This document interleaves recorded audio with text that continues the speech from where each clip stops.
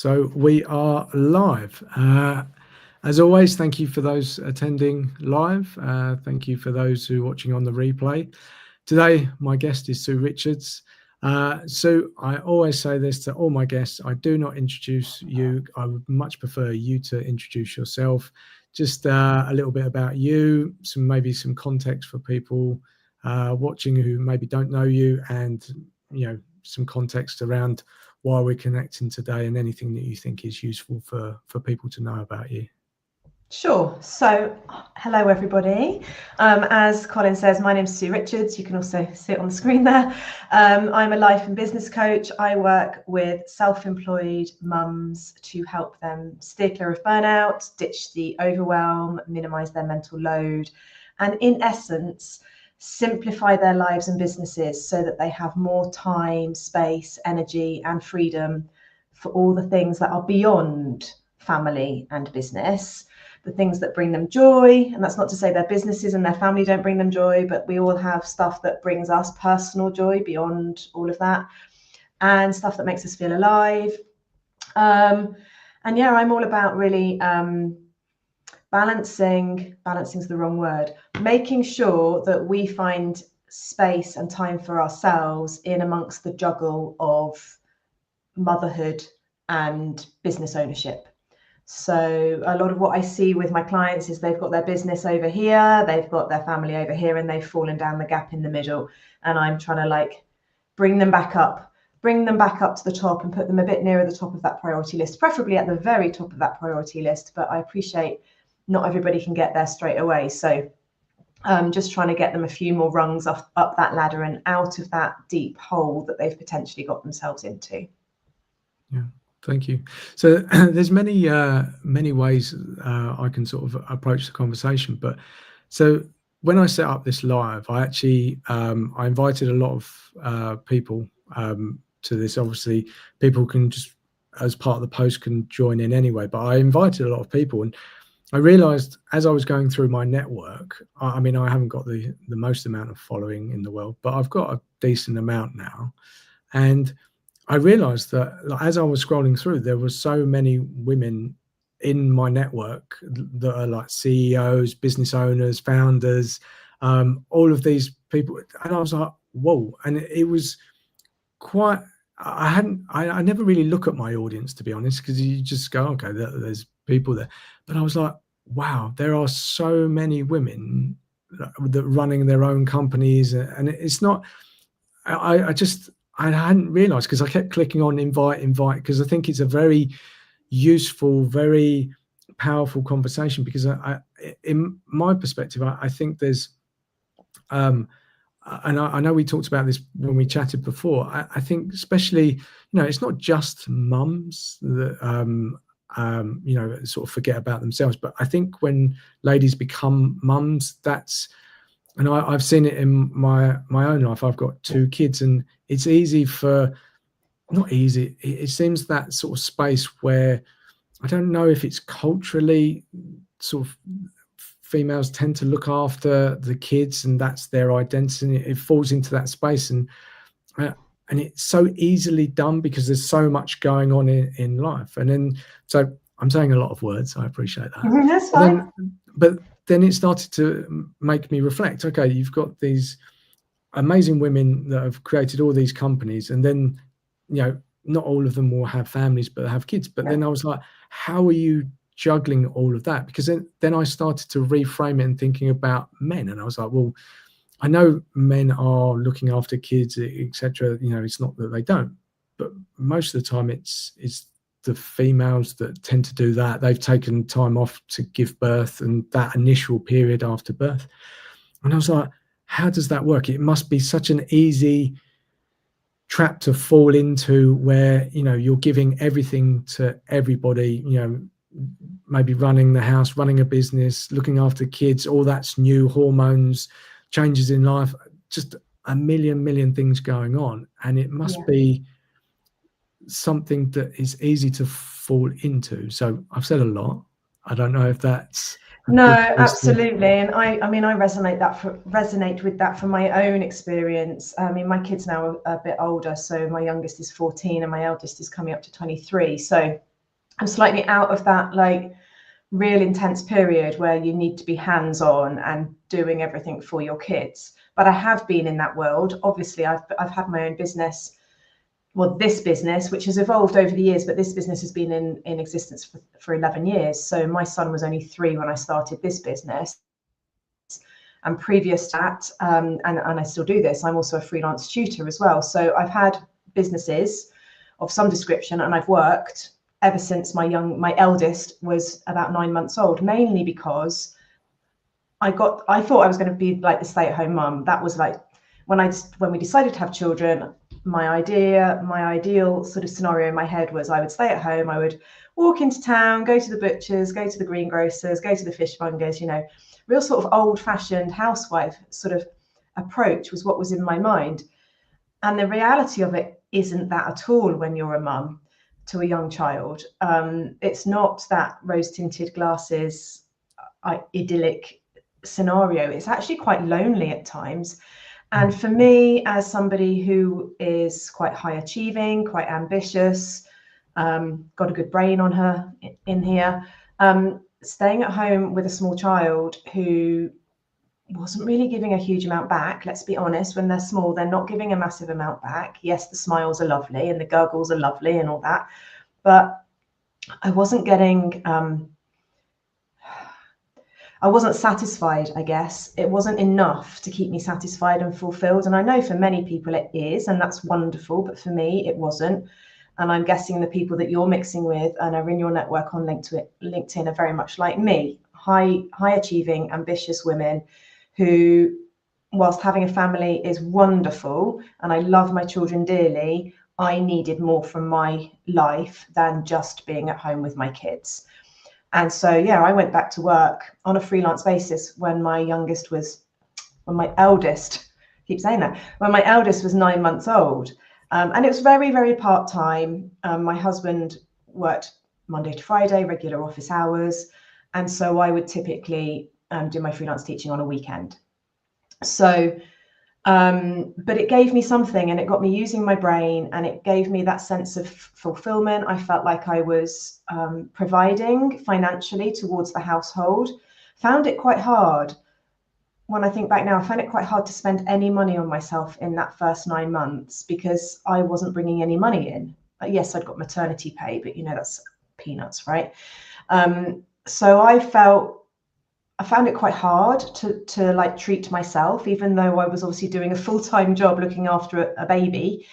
And so I think, coming back to your question of the juggle, I think for a lot of us that the juggle is worth the sacrifice, because actually we're getting a lot from being in the workplace. So whether that's through self-employment or employment or freelance work like I was doing, the satisfaction and the sense of being human again that I got from that was worth the sacrifice of not being at home every weekend. Now, I wasn't working every weekend, don't get me wrong. I was at home for weekends, and my husband, you know, we would have family time, but it did create a bit more of a juggle. It did make the home work life balance thing a bit more challenging than had I stayed at home, but I was happier. And so obviously my husband was getting a better wife, my child was getting a better mum when I was at home.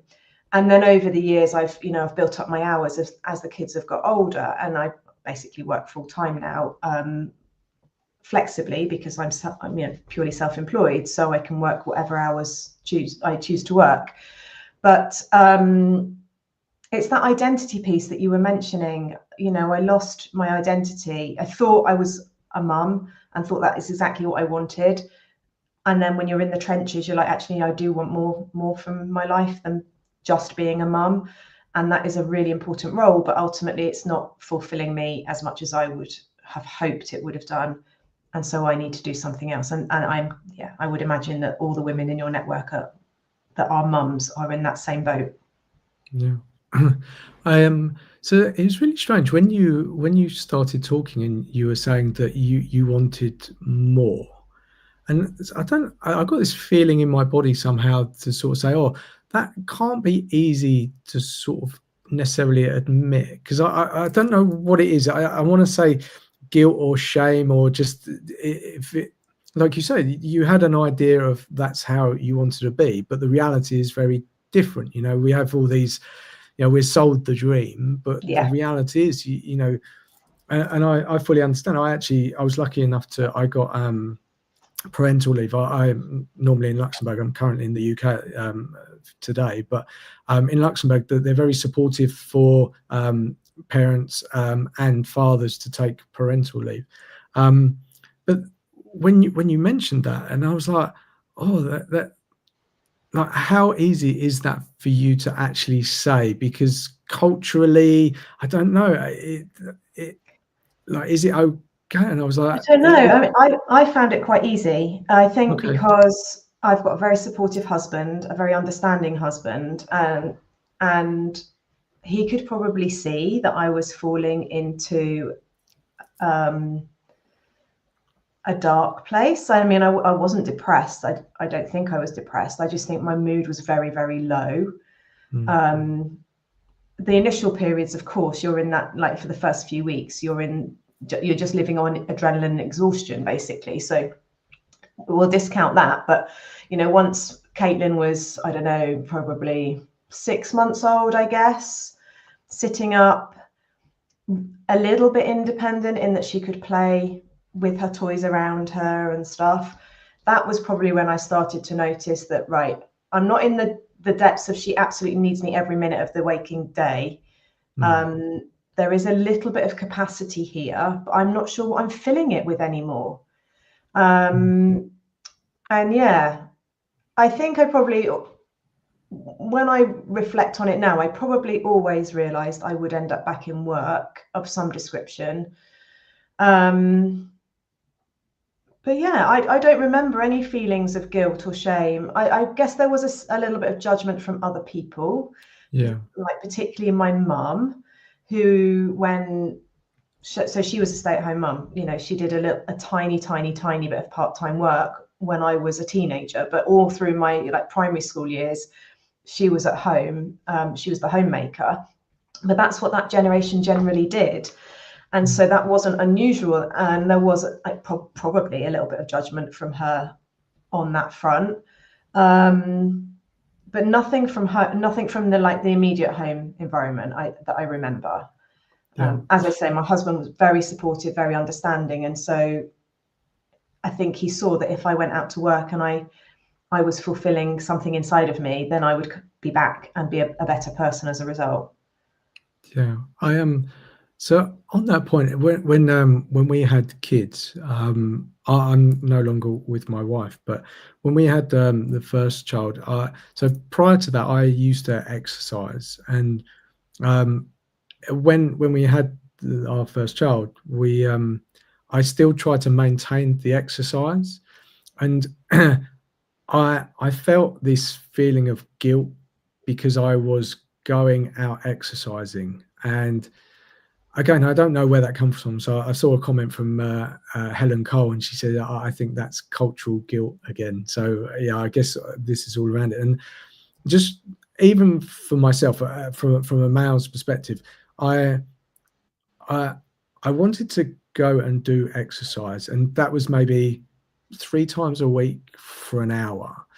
And that meant that I was not spending that time with my child. And no one was saying anything to me. It was just my inner dialogue. And again, maybe voices from parents or something. But I had to really push against it. And it wasn't, you don't just do it once and then that feeling or those thoughts go away. It was a consistent thing that showed up. And I was like, and when it did, I took some time to kind of justify and sort of say, oh, okay, is this wrong? And what I realized in myself was that when I did the exercise, once I completed the exercise, I was so much happier. I was in my mind, I was a lot more prepared. And so it came down to, it wasn't the length of time that I was spending with my child, it was the quality of that time. And it's quite hard because you know, we look around and other people doing it differently. But for me, it was very much, I know I'm better once I've done that, and my mental space is a lot better. I feel better about myself. And so, and it's this weird dynamic because it feels selfish, but it's not selfish, and you know how that fits into society. But I think all of these things are very unique. Every story is unique. Your situation, your home life, how your family is, and all of that. I think there's some default things in my life that showed up. And yeah, I think there's a lot of default things that show up in everybody's lives. And as was it Helen that's mentioned about the cultural guilt and cultural conditioning. We've got so much societal conditioning that, you know, you mentioned it a bit earlier about the mum being the homemaker effectively, particularly in those early days, because they're on maternity leave. So it's natural. I know obviously you were fortunate enough to have paternal leave, but in the UK we don't really have that. It's starting to come through, but very, very slowly. But when I had my child, it didn't exist. My husband had 2 weeks off, and that was that. He was back to work. So it's natural, right, that the mum takes over, and the mum effectively takes control of baby and house for that period of time, because that's where they are. They're with the baby in the house. And so, like historically, that's what the mother would have done. You know, if you go back to sort of the beginning of the 20th century, that's really all mothers would have done, would have been at home looking after the children. But they would have had a village, wouldn't they? They'd have had, you know, the neighbours would have probably been the grandparents, and then just down the road would have been an auntie. You know, they would have had their village, which we don't currently have, which I think is probably what makes it a bit lonely. That's probably why I find it a bit lonely, thinking about it. But there's loads of cultural conditioning, both on the maternal and on the paternal side. Absolutely, for sure. Yeah, I think for me that's a very interesting point, because we are more connected than we've ever been before from a technology point of view, but it feels that we're more lonely than ever, and because I mean I live in Luxembourg, my family, the rest of my family live in the UK. And one of the things that I struggled with is that didn't have that necessarily support system around us. You kind of, yes, fall into friendships with people around you. Maybe you met in the hospital when you were giving birth, or in prenatal classes. But often you have a different background, you have a different you know, interest, etc. So the only common thing that's tying you together necessarily is that you've had babies, and then everything becomes around babies, baby talk, baby things. Oh, what's your, you know, comparisons, what's your baby doing, is it walking yet? And it becomes this competition in a weird way. And I was very aware that I didn't want to be in that. But you kind of, again, I know this conversation is about focused on women, but even as a dad, you kind of, oh yeah, my kid's now walking or whatever, and it's like, oh, this is so nuts. And then you realize all conversations center around babies and what they're doing, or I haven't had sleep. So that world is all consuming. And like you said about work, you know, when you've got a brain and it's been working a million miles an hour, you know, sort of, and doing interesting things, interesting conversations and things like that, to switch from that world to this world, like I can imagine that's okay for a time, but you must, I can imagine for me, you must want something better, you know. And it's very much small talk with those people that you've met. And I'm thinking specifically about a couple of people that I met in NCT classes, and we bonded because we'd been to a number of classes together, had kids of the same age, obviously, because we'd been at NCT classes, and we very much relied on each other as our village, I suppose. But ultimately they were never going to be long-term friends when I look at it now. And yes, at the time I really thought they were going to be, you know, the friends that I'd have for life. And I don't have any contact with them now. It's quite interesting how, you fall into that. And like you say, the competition side of it naturally happens as well, doesn't it? Without you even wanting it to. But yeah, the small talk. I mean, I'm not one for small talk. It's just not what I do, really. Regardless of whether I have a small child on my hip or at any other time. And I've really realised that as I've got older, that I'm like, no, let's just not bother with. Like, I'd rather not talk with you if that's all we're going to talk about. And so that's probably why at 6 months I was ready to do something different, because I probably had 6 months of small talk. Yeah. I hadn't really thought about it until you just saying that now, but yeah, it's just like, can we have some proper conversations where I'm actually using my brain now and not just talking about dirty nappies and sleepless nights and how much food my child eats and whether they're eating the same food as I'm eating or whether you're baby led weaning, or I don't really care. As you were talking, I was thinking about so most of the women that you work with already have a business. Is that the case, or they tend to start a new business? Most of them already have a business. I've got one woman who has just joined me inside my new program, and she is very, very early in her business journey. So she has started her business, but she's dabbling, shall we say. She hasn't really got it properly off the ground. But that's what she wants to do. And so she's got a lot of imposter syndrome going on, a lot of self-doubt going on. A lot of some self-worth stuff going on that she's recognized as well. So yeah, we're going to get her business off the ground in the program. I'm sure of it.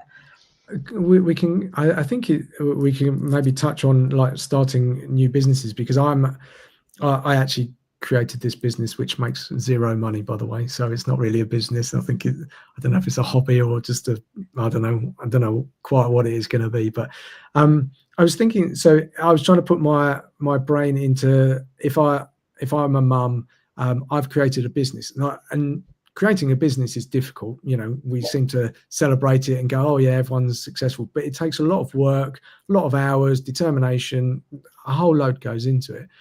Say I've created that business, and then you go, okay, so then I'm going to have a baby. What do most mums do? Are they involved? Do they step away? Do they put someone in place to look after that business? I don't know, because my clients have already got children. So that I've not coached anybody who's the other way round, who's got a business and is then having children. I'm with people who've already got the children and have usually already got the business as well, but have built the business after they've had children, typically, because they want the flexibility. Because lots of companies aren't very good still with flexible working for mothers, well, for parents, full stop, or flexible working for anybody for that matter. I mean, if you've got elderly parents, you might need flexible working. But lots of companies, certainly in the UK, aren't on the ball with the flexible working thing. Yeah. And I certainly, the reason I went freelance when my daughter was 9 months was because my employer said, well, you can come back to work. We'd love to have you back, but it's full-time or nothing. And because of the nature of what I was doing, that full-time wasn't just Monday to Friday, but it was also weekend teaching and evening teaching. And some weeks it would have resulted in me working 7-day weeks. And I was like, I'm not doing that with a 9-month-old. Yes, I want to go back to work. Yes, I want to use my brain, but also I've chosen to have a child. So that doesn't work for me. So the only option they gave me was to go freelance, which actually did me a favor because it just gives me a bit more flexibility and I can say no to stuff, which I couldn't do if I was employed. Yeah. But yeah, the businesses are still like that. And so I think a lot of women choose to go into self-employment because they can see that they can flex it around things like celebration assemblies, picking their kids up from school, going to sports day, when a child's ill, all the things that inevitably happen when you have children. And lots of employers just aren't open to that. So self-employment often becomes almost the only choice for some women. Yeah, I'm a big believer. So one of the reasons I started doing these lives is it's really centered around people. I wanted to have honest and open conversations about what's going on. But one of the things that in my own life I'm interested in is about creating your own thing, starting your own business. And I talk about this occasionally about COVID and when people were working remotely. And I know COVID time was obviously horrible in many ways, but I think it opened up the door to remote working. And Yeah. so there's always this viewpoint that it wasn't going to work, remote working, but then it was a big surprise that actually productivity went up. Now, I know people have been called back into the office and they don't necessarily like it, but in my opinion, the reason people like remote working is that they can manage their time in a way that suits them. So I didn't realize I worked in corporate for, I don't know, 25 plus years. I worked in London, been in Luxembourg, and you always kind of fit into those hours, the 9 to 5 essentially. And what I realized is that actually doesn't suit me because my energy is different. How I work is different, and I was always the slave to my bosses, etc. And people say that you set boundaries and set these things, but the reality is, and I think maybe this is the way I went into work, that I was like, well, they're paying me, I have to kind of say yes to most things, unless it was something illegal, which has never happened, by the way. But you kind of feel obligated because they're paying a salary, and in your job description, at the bottom is and any ad hoc task that we deem fit for you to do. So I realized that I was doing a load of stuff that often didn't make sense in a time frame that didn't make sense. And when you're younger, that's okay. But I think, as I say, with remote working, people realized, okay, yeah, I can be at home. I can just tell everyone else to go away. I can focus on the thing that I want to do. And when I'm able to do that, I can deliver something that maybe in the office, when I've got loads of distractions, would take me 4 hours. I can do it in an hour or half an hour because that's my focus. Yeah. And I think people recognize that. And it's not just about, okay, companies wanting people back. It's just that they weren't having people over their shoulder to look over and pretend to be busy. I've done it. I've sat there just flicking through tabs just so my boss looks and goes, oh yeah, they're doing something, so I get a pay rise or a bonus. And we're not really being honest about it. We're saying we're in work for this period of time and we're just going to pretend to work. And miraculously at 5 o'clock, oh yeah, it's all finished, I'm going to go. It doesn't work that way. Yeah. So I love the idea of starting companies. And again, part of the reason I do this is because I've got 2 young kids. If they're ill or they've now got clubs, and the way it works in Luxembourg is the school finishes at 2 o'clock, midday on a Tuesday and a Thursday. And it allows me to have that freedom and flexibility. Yeah. It absolutely means that I can work later in the night when they're in bed. That might work for me. It might not be the right energy, but I can do it. I can be flexible. And that is my goal now. It's about being flexible. And do you know what? Amazingly, I get a hell of a lot done. It's miraculous. And I think, like you were saying, you were kind of forced down the freelance route. But I think the barriers to entry are so low to create your own company. I'm doing this from a laptop and we're speaking. We've never met in person. You can do so much. And I think if you are motivated and you want those things, you can build something of your own that works well. Again, not easy, takes time, takes money. You might not earn all of the money, but I think it is possible. And I think people do realize that they can do that now. Yeah, agreed. Yeah. It's interesting, isn't it, how much you can get done when you are absolutely focused and you're in the right energy. And I've started doing a little bit of work on weekends, some weekends, because particularly with us having our building project at our house, I've been finding that my typical working days, Monday to Friday, typical working days are being interrupted by conversations or decisions that need to be made with the builders. And I'm more than happy to catch up with that on an evening or a weekend, rather than stressing about the fact I haven't got it done or whatever. But equally, like last weekend, normally I put a podcast out every Monday morning. Last week was absolutely mental. Last weekend we moved out of our house into where I'm recording this from at the moment, And that took the entire weekend, because we moved out and then we went back and taped up all the doors with tape so that all the dust that they're creating stays limited in those areas. And I just had no energy to record the podcast. I was like, right, it's my business. I get to choose. I don't have to put a podcast episode out tomorrow morning, so there won't be one. And still a little niggle of like guilt about that, but it was the right thing for me to do. And I think that's the joy of owning your own business, is you get to choose what goes into your business and what doesn't. And you choose where you prioritize your time and your energy. And that's then it's on you if you're not progressing your business forward, because you are the one making the choices. So you said it, it's not easy. It's really not easy to own your own business. It's definitely much easier to be in employment, but you don't get the same flexibility.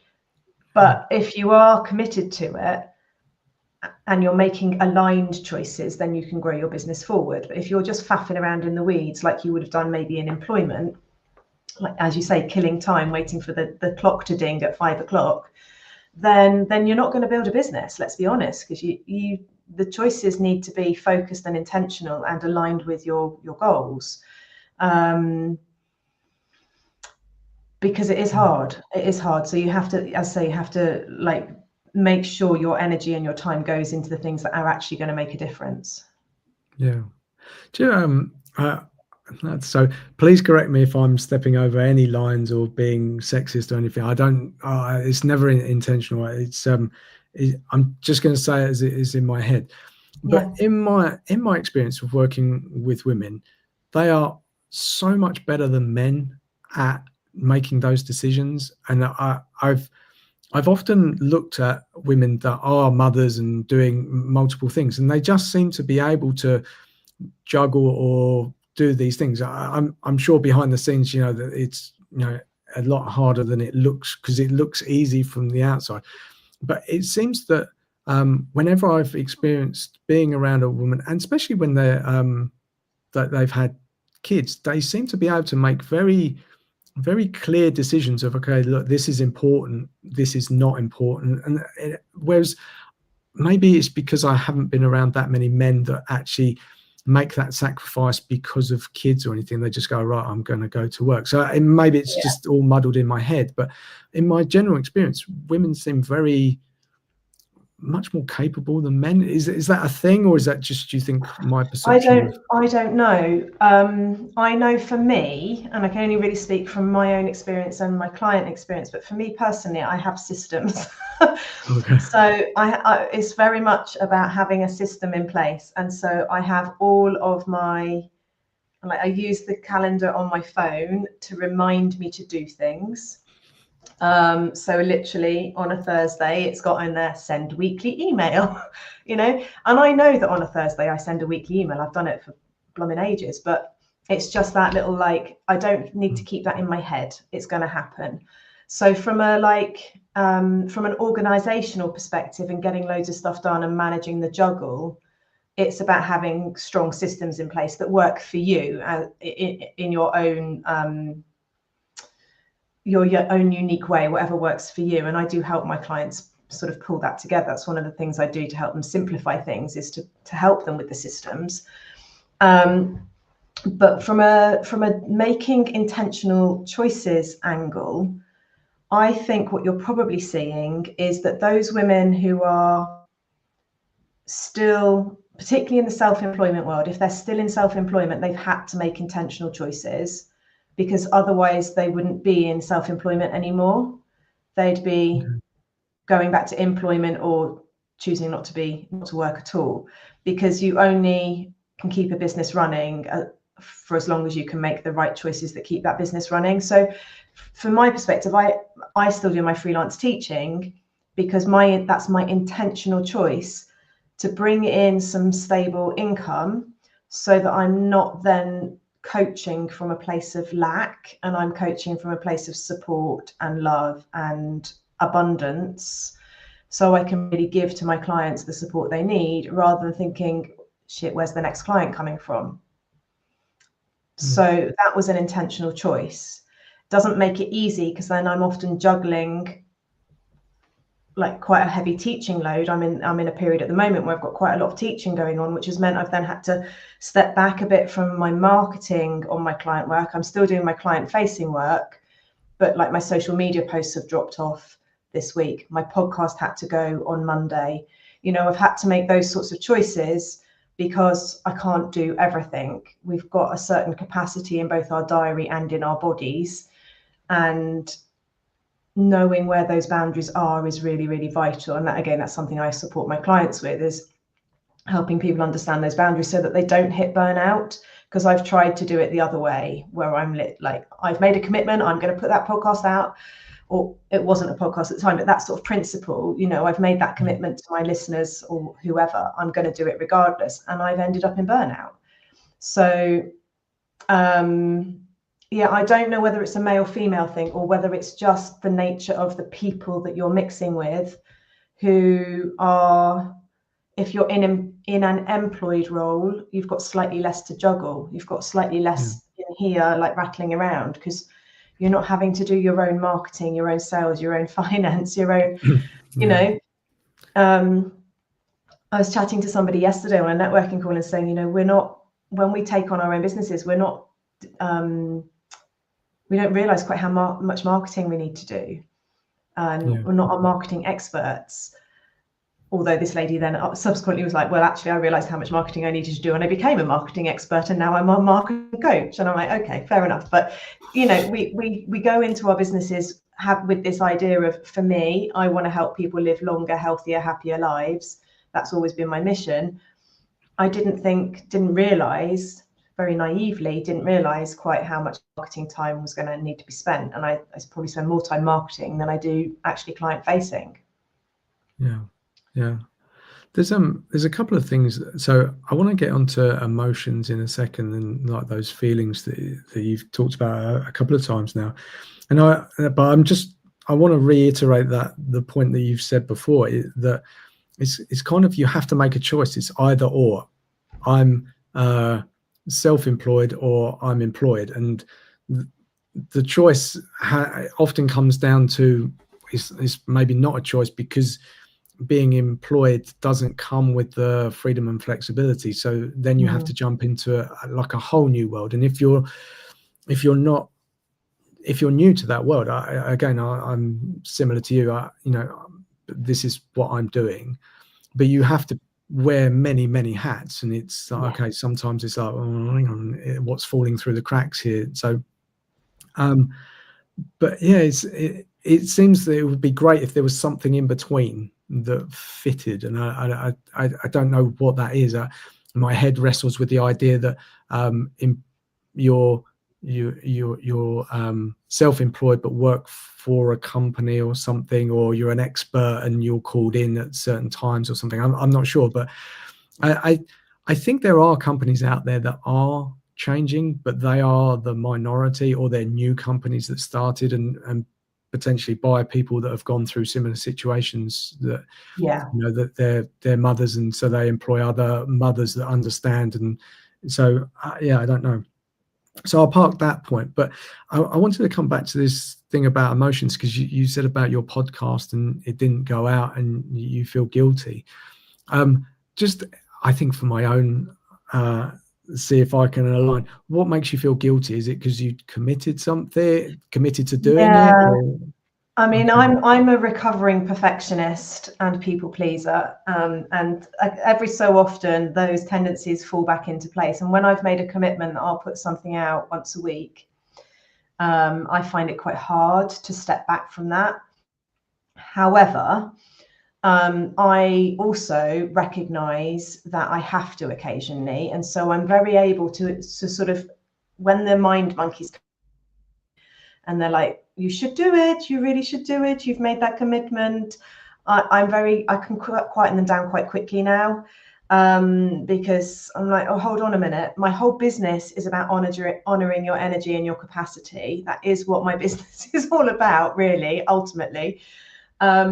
So it would actually be wrong of me to put that podcast episode out if I'm not honoring my energy and capacity to do it. But still, there's still a little tiny voice of guilt. So I know this week my podcast listens have gone down because I haven't put a new one out. And so you start questioning, are people going to stop listening? Have I lost the momentum? What's going to happen when I put one out next week? Will people tune into that one because they didn't tune into last week's? You start questioning yourself. And I think that's I think it's quite natural when you've got your own business that you make a choice and you're like, what are the consequences of me making this choice? But equally, if you can unravel what those consequences are and actually rationalize what will really happen, rather than the as I say, the mind monkeys having a good old conversation in your head, and you can step away from it and look at it from the outside and put proper perspective on it, then you're able to see, like for my podcast, for example, as I say, my podcast and my business is about honoring your own energy and working with your energy, not against it, and not pushing through and all that stuff. So it would be doing myself and my listeners a disservice if I put an episode out that was coming from a place of pushing myself over the edge, effectively. So I can rationalize that. I can also rationalize that one episode out of however many I've put out there is really not going to make a difference long term. But if I stop for maybe 3 weeks, 4 weeks, 5 weeks, unless I make it like a seasonal thing, which could also be an intentional choice, then one episode is nothing. It's a bit like when you're on a diet, isn't it? And you choose to eat that donut even though that's going to put you over your calories. That one donut on its own makes absolutely no difference. It's just when you then eat the next donut and the next donut and the next donut, because you've got a taste for donuts, that's what does the damage effectively. And I think that's the same in business ownership. Any choice we make that we feel is taking a step back is only a step back if we allow it to be a step back. Yeah. And if we keep taking more and more steps back, then that's where it gets problematic. But one small nick is not gonna be a problem. It's when you open up the big wound, I guess, that you've got problems. But the guilt still slips in. I say, I think there's a generation of us that I'm only speaking from a female perspective because this isn't my client base, but a generation of girls who were children in the 1980s who have grown up to be strong and independent and people-pleasing, perfectionist, high-achieving individuals, and find it quite hard to step off the treadmill and to actually listen to what's going on in their bodies and around them, for that matter, and take that step back and allow themselves to pause. And I have to honor that in myself. And every so often, my childhood experiences come back out and speak at me. So that's all that was going on this week, I guess. But it's not easy when you've got like stories buried deep inside that have been with you for a very, very long time. Stories that aren't true, but never. Yeah, it's sorry, you broke up a little bit, but sorry. No, it's I think I kind of caught it, but I what I take from what you said is that and again I'll talk from my perspective, is that we put these people that own companies on like this pedestal that everything's perfect and they've got everything worked out. And again, you mentioned in your own world you've got systems and you've got your calendar and stuff like that, but the reality is we're all human. Things are going to creep in, and you seem very self-aware. So what I loved about what you were saying is that you felt that guilt and you can rationalize it, but you're still honoring yourself. You still understand what your alignment is, what's important to you, and those things often might be in conflict, not all the time, but you can go, okay, this thing takes priority over this. Yeah. And even though you are very self-aware, I think we have this idea of utopia that, every single thought in my head is going to be perfect. It's always going to be aligned. My belief system is absolutely, it's perfect. And the reality is, it is the exact opposite of that. Our minds play tricks on us. If we've had a bad night's sleep, something's gone on, you've had a row with your kids, or it can be a million things. Life throws a lot of things at you. And then, like you say, the monkey mind goes a bit crazy, and then it likes to go and find things that are either not there or take you down a rabbit hole of things that seem important, but they're not. Yeah. And so I want to kind of stress that point, because we live in a world where social media shows us that, oh yeah, everything's perfect. No. Like, the reality is, and the more people I speak to, men and women, doesn't matter, I realize that, you know, if we were honest with ourselves and honest with everybody and put it out there, yeah, we're a couple of clicks away from, you know, messing things up, you know, and that's okay. That's real life, and I think that's being honest. And I think oftentimes when we're sold a different story, oh yeah, I've made loads of money, or my business runs like this. Okay, it might run like that for a couple of weeks, but the reality is there's so much other stuff that you're not sharing. And I love that you brought that in, and you've still got your North Star, what's important to you, intentional, and you can say, right, okay, well, that's in what I'm going to do, and all of that stuff that's going on. And I think that's very refreshing. So thank you very much to share, because, you know, some people would come on and just say, no, I've got it all worked out. Nobody's got it all worked out. No. Yeah, and anybody who claims that they have has got it even less worked out than the rest of us. Yeah, they're just fooling themselves, I think. So, yeah, absolutely. I want to sort of touch on this point about beliefs, because again, we talked about emotions, guilt, etc., and you were talking about your new client who's starting her own business with feelings of imposter syndrome, etc. And I was thinking this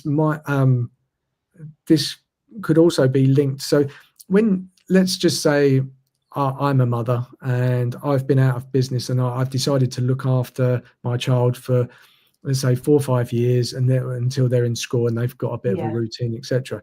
That 5 years out of the work system I would imagine, and I'm even referencing conversations I've had with amazing ladies that are coming back to work, and they really doubt themselves, and they say, oh, well, things have moved on, you know, where it is people have taken my job or positions and they're doing things differently.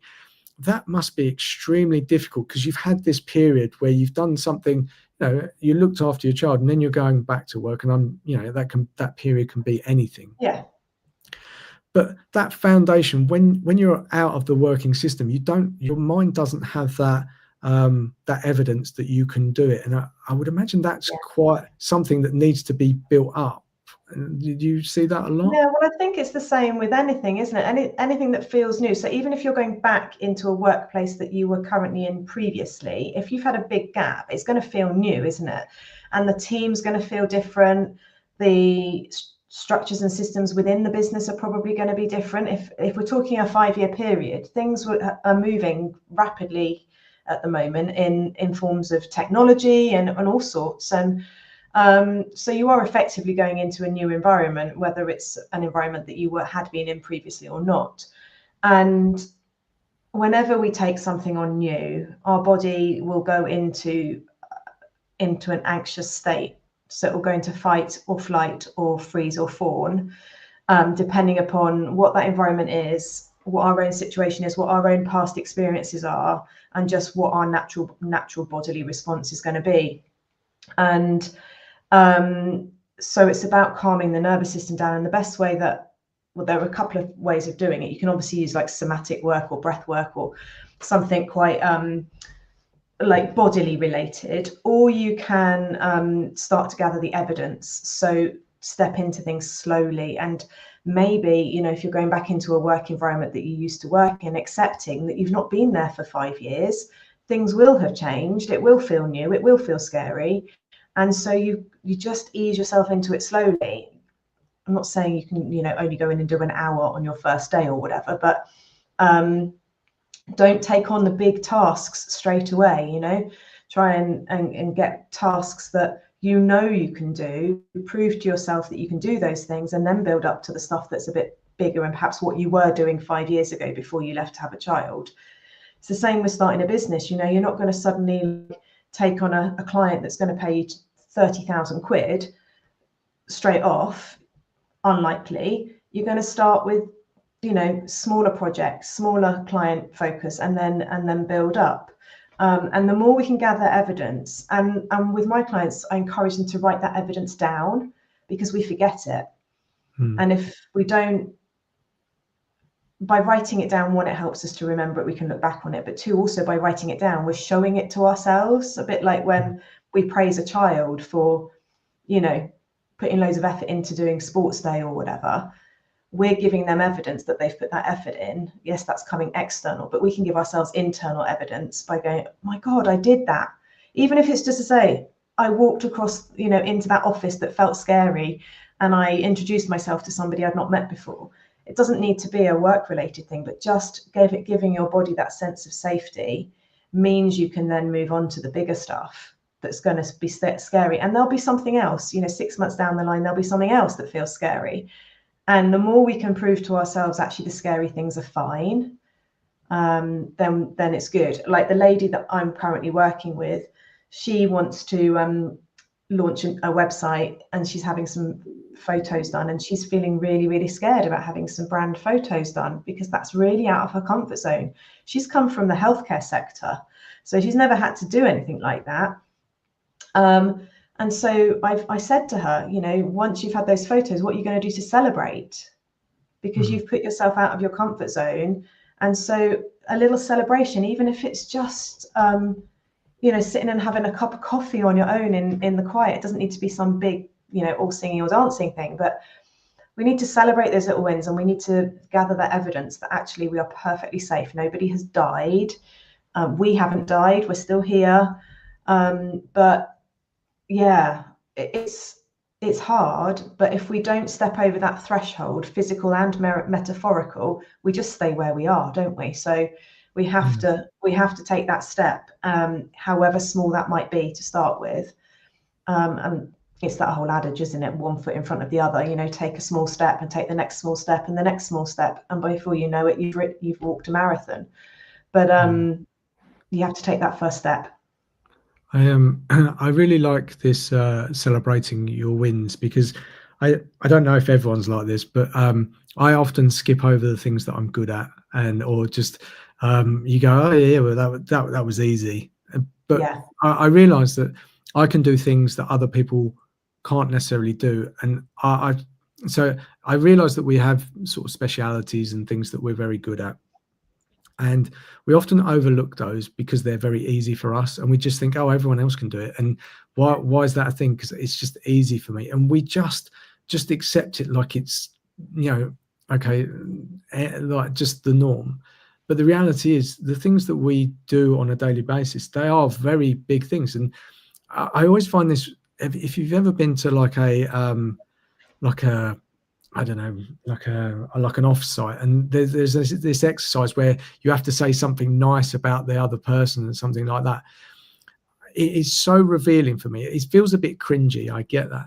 But then so I remember doing it, and we had to basically, it was a bit like speed dating, and you had 30 seconds to say something nice about the person, then you moved on, and then someone else had to say it, and you vice versa. I guess you get the idea. I've been there many years ago, but yeah, I remember this. I remember those sorts of things. And what I realized was how people viewed me, and the amazing things that they were saying about me. And I was like, and I know they'd created the environment where people said nice things, but they were genuine. You could feel that they were genuine. They weren't making them up. And I realized, we don't say the good things. We often stick for the bad things and say, okay, yeah, you messed that up or whatever. Yeah. We never really just say like the simplest things. And that's from other people to us. And we are really bad at doing it for ourselves. We just overlook it. And I, for the last, I'd say, year or so, I've been on this journey about just changing the words that I say to myself, just one word. And I give this example. like I say something, oh, that was stupid, and then I go, no, that was silly. That one word, Yeah. I cannot tell you what that does physically in my body. Yeah. And it takes me from going down a big rabbit hole of beating myself up, and like these things are then connected. And I go, it's silly, and you go, yeah, it's silly, and I just get on with my day, and I just am so much better. One word, Yeah. and I get goosebumps even saying it. It's just, Well, stupid's a horrible word, isn't it? Because it makes you sound like you're not intelligent and you're not capable, and yeah, it's not a kind word at all. I won't let my clients say try. okay. I'm going to try to do X, Y, and Z. No, you're not going to try to do that. you are going to do that thing, and then we'll see what happens. Because if we don't do the thing, then we'll never know. If we always say is try, that puts a doubt in whether we'll actually do it as well. So yeah, I'm going to try to do this. If you don't get, then you're not you haven't failed on yourself. We've frozen, so I don't know if we're still alive. Yeah, we are. I back. got it. In terms of that word try, it's quite something. It's just, try is sort of getting yourself off the hook in some ways. That's how I see it for myself. It's just like, oh, yeah. If I don't do it, I haven't failed, because I only said I was going to try. Whereas if you've committed to actually doing it and then you don't do it, then there's a whole different emotion associated with that and energy associated with that. And because I'm holding my clients accountable and they're in that space where I'm there to basically lovingly kick them up the arse and get them doing stuff, because otherwise why have they hired me? I won't. I don't like them using the word try, and they're getting used to it. They'll say it, and then they'll they'll flip what they're saying with a smile on their face. They'll be grateful when it all changes. Exactly. So it's really strange, because I had a conversation earlier this week, and I was talking to a gentleman in Australia, and we were talking about habits. And there's so much overlap with what you're saying in terms of, so we were talking about any habits, but we kind of fell down the exercise route. And one of the things that I said is that I've been around a lot of people that want to, they go, I want to lose weight, and I'm going to go and do a run. I'm going to run for 30 minutes flat out, like, Linford Christie. That dates me, if anyone remembers. Well, fine. It dates me too. And if they don't do it, they like, absolutely. And this all or nothing thinking, which again, I'm very much guilty of myself. But these habits have to start small and tiny, and people think that they're not useful when they're tiny, but the habits, if they're entwined into your life, like, they're not a habit anymore, they're just part of you. So, and rather than trying to get up here, you've really just got to go here. And we said like the 1% and over time, because we live in a world where we seem to want results instantly, and that's everywhere. Again, for myself, I've been through that.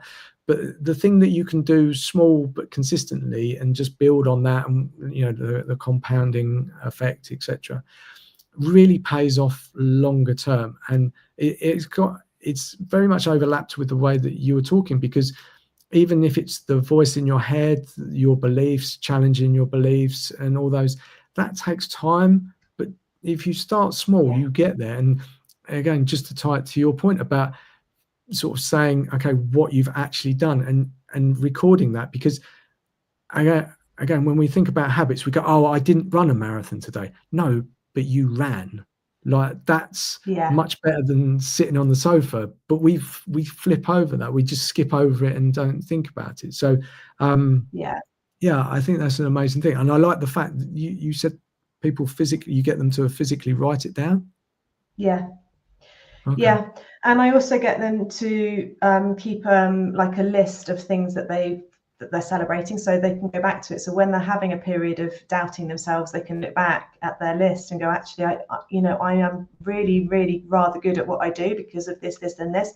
And if they're client facing, then they can have some clients, they can pop those in there. So they've got like a bank of evidence from their own internal messaging, but also from external validation as well. That's like, yeah, I can do this. Because we all go through moments of doubt, whether we're employed or self-employed. But when you're employed, you can sort of just float through it because somebody else will pick things up for you. But when you're self-employed, you're the one that's holding yourself accountable to making your business a success.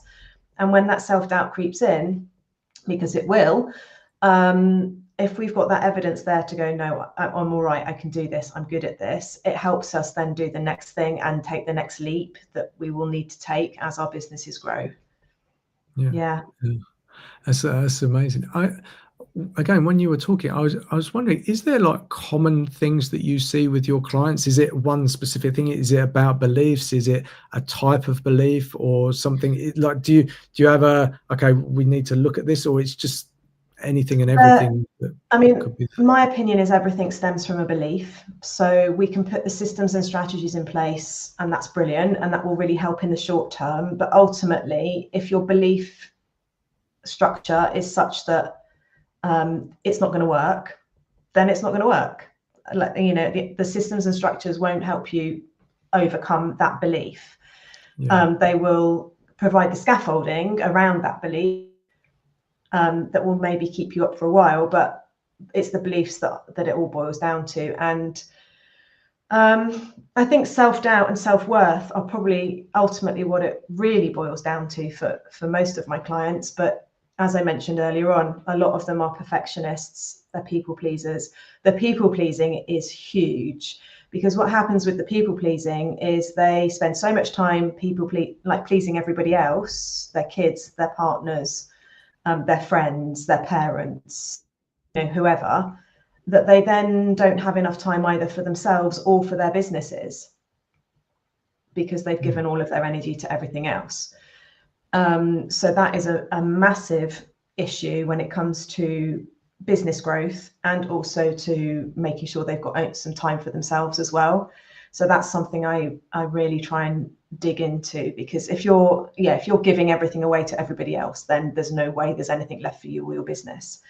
And then the perfectionism is quite a big problem too, because if we sit in perfectionism, we don't take action, be worried that what we're going to put out there isn't perfect, and so we just don't put it out there. And so we either grow very, very, very slowly, or things stagnate, or you just never get things off the ground in the first place. So having come from a place of being a people-pleasing perfectionist, I am helping. I still have that, but I can come at it from an angle of, I know how you're feeling, I know what it's like, and I know how hard it is to step away, and the guilt that you feel when you feel like you're letting someone down. But if you've got a vision and that's not being met, be giving everything to everybody else, then choice, don't you? You have to choose. Well, am I going to carry on giving everything to everybody else and build my vision, or am I going to let go of some of that stuff and build my vision? Yeah. So so the Wi-Fi is dropping out slightly, but I pretty much got everything that you were saying. Yeah. Something occurred to me. So I've been in therapy before. So and one of the best things I ever did in my life. And at the time, I thought it was I couldn't handle the world, or things were upside down, and it wasn't working. And I went through therapy, and it was about digging into my beliefs. So something occurred to me that I showed up in certain ways, and there were patterns in my life, and these patterns exist in different scenarios, and so you can't see them as patterns. But I was a people pleaser, I was a perfectionist, and I was thinking, oh, okay. And because they might be in different situations, you don't make the connection between those things. So then I was thinking, as you were saying, as you're helping all these ladies, that all of these things probably existed pre-children. They're just now highlighted a lot more because there's even more in their life. Is that accurate? I didn't quite catch that last little bit, Colin. Something you said, highlighted because of something in life. Yeah. So what I'm saying, I don't know how much, I'll just go over it, but we have these You highlighted beliefs, and we because have there's more in their life. yeah, because now they've got children, and now there's an additional thing, another person to Yeah, take care of, or another dynamic. Those things yeah, existed and I've chosen to. pre-children. Those things have been in their living in their bodies probably since they were very, very young, very, like 6-7 years old. They say most of our beliefs are built within our bodies, but by the age of 7. And so, yeah, they won't know that they're there because they've been buried for a long time. So let's say somebody has a child when they're in their mid-30s, you're talking 30 years worth of buried beliefs that they probably aren't aware of. And yeah, the kids come along and they've chosen, in the vast majority of cases, they've chosen to have children. And therefore they want to give everything to their children, because why wouldn't you? You've chosen to bring these people into the world, and therefore you want to give to them. But yeah, the people pleasing really kicks in, because now you want to make sure they're having a brilliant life. You want to make sure your partner's having a great life, your parents are having a great life, your friends are having a great life. And then what about you? Yeah. And I think there's a lot of like maternal guilt that comes in if you do decide to give some time to yourself, because you're like, well, I should be spending it with my children. I should be giving them the great experiences. But I think what we also need to remember is that one of the things that children need from us, and you mentioned this earlier, is real quality time. They don't need us to be there 24/7.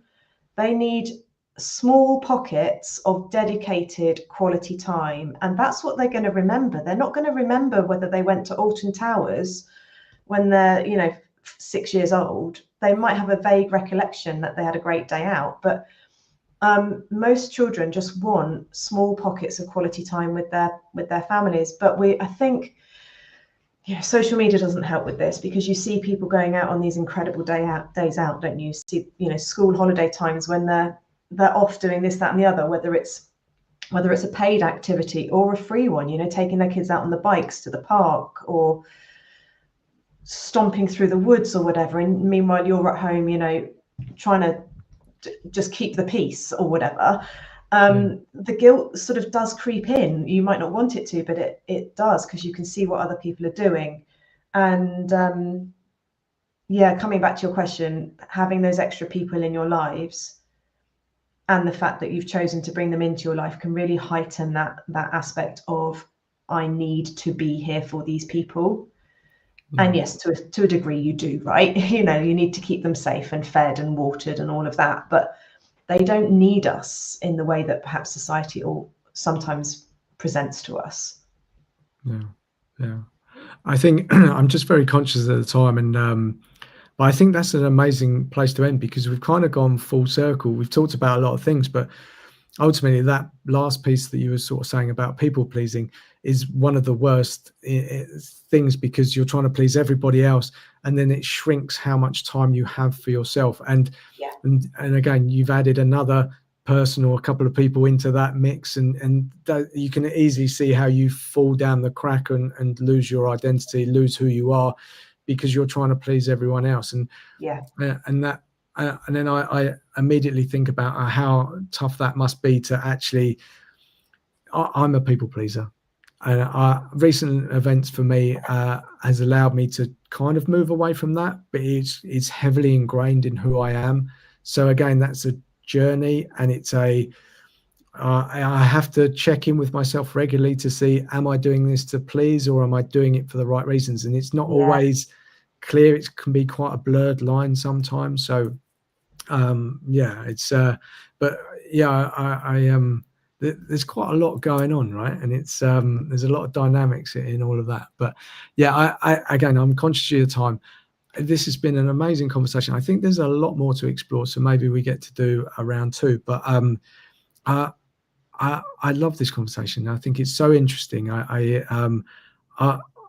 What you're doing is just helping people, making them accountable, really highlighting a lot of things. And I love this way that you are helping women, build their own companies or stay in their own companies and doing that, because I think that that has so much power to it, in not just in having a company, but that identity for themselves. Because again, when we feel good about ourselves, we can give to other people, be that your family, your kids, or your friends, or whatever.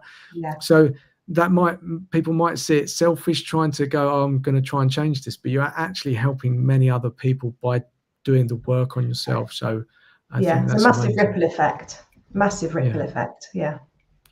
So, but brilliant. So again, thank you very much for your time. I invited a lot of people to watch this. Hopefully they got to watch it.